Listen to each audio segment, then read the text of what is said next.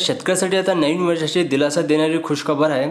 तर केंद्रीय मंत्रिमंडळाचा महत्त्वाचा निर्णय नरेंद्र मोदी आता जे का प्रधानमंत्री नरेंद्र मोदी यांच्या अध्यक्षतेखाली महत्त्वाची एक बैठक झालेली आहे।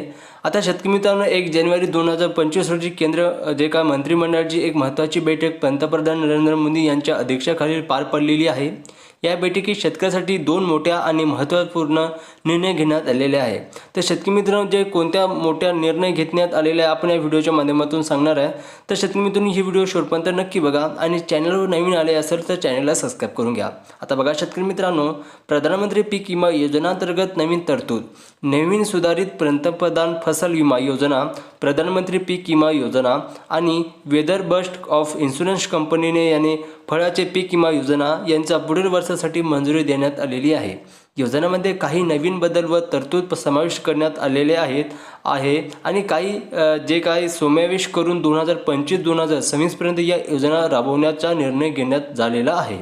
या योजनेसाठी केंद्र सरकारने 69 कोटी रुपये तरतूद मंजूर करण्यात आलेली आहे। बघा शेतकरी मित्रांनो आता जे का अनुदान मिळणार आहे शेतकऱ्याला ठीक आहे। आता बघा शेतामध्ये खताच्या वाढीबाबत असलेली चिंता दूर करण्यासाठी महत्त्वाचा निर्णय घेण्यात आलेला आहे।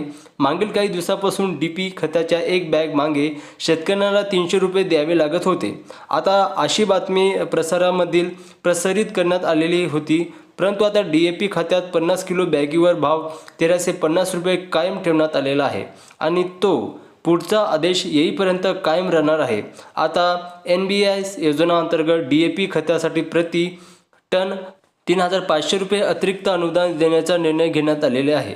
आता शेतकरी मित्रांनो डीएपी खत घेतल्यानंतर आपल्याला 50 किलो बॅगवर आता बघू शकता की एका टनवर आपल्याला 3500 रुपये अनुदान मिळणार आहे। आता शेतकरी मित्रांनो त्यामुळे खताच्या किमतीमध्ये कोणत्याही प्रकारची वाढ होणार नाही, यामुळे शेतकऱ्यांना मोठा दिलासा मिळणार आहे। आता शेतकरी मित्रांनो एका मार्गदर्शन सूचना लवकरच प्रकाशित होणार आहे। आता जे काय प्रधानमंत्री पीक विमा योजना आणि फळ पीक विमा योजना या संदर्भात नवीन मार्गदर्शन सूचना लवकरच निर्मिती केल्या जातील। शेतकऱ्यांच्या या योजनेचा अधिक लाभ मिळवून देण्यासाठी सरकार प्रयत्नशील असून या संदर्भात संपूर्ण माहिती लवकरच उपलब्ध होईल। आता शेतकऱ्यासाठी स्थिती आणि सुरक्षा कोणती इम्पॉर्टंट आहे। आता बघा या निर्णयामुळे शेतकऱ्यांच्या शौर्य स्थिती आणि शेतीसाठी आवश्यकता खते व जे काही विम्याचे संरक्षण मिळणार आहे। या योजनेमुळे देशभरातील करोडो शेतकऱ्यांना दिलासा मिळणार। पुढील अपडेट मिळण्याकरिता स्क्रीनवर दिलेल्या व्हॉट्सअपवर तुम्ही जॉईन व्हा आणि अशाच इन्फॉर्मेशनसाठी चॅनलला सबस्क्राइब करा।